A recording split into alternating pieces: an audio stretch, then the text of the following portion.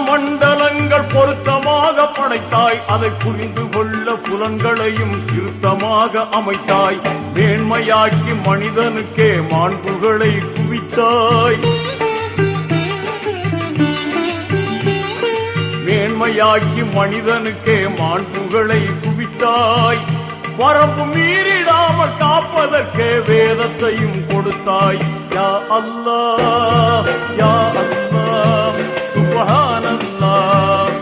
யா அல்லாஹ் யா அல்லாஹ் சுப்ஹானல்லாஹ். நீ கொடுத்ததற்கே நன்றி சொல்ல முடியவில்லை இன்னும். இதில் அடுத்தடுத்து கேட்பதற்கு அஞ்சுதே என் உள்ளம். யா அல்லாஹ் யா அல்லாஹ்.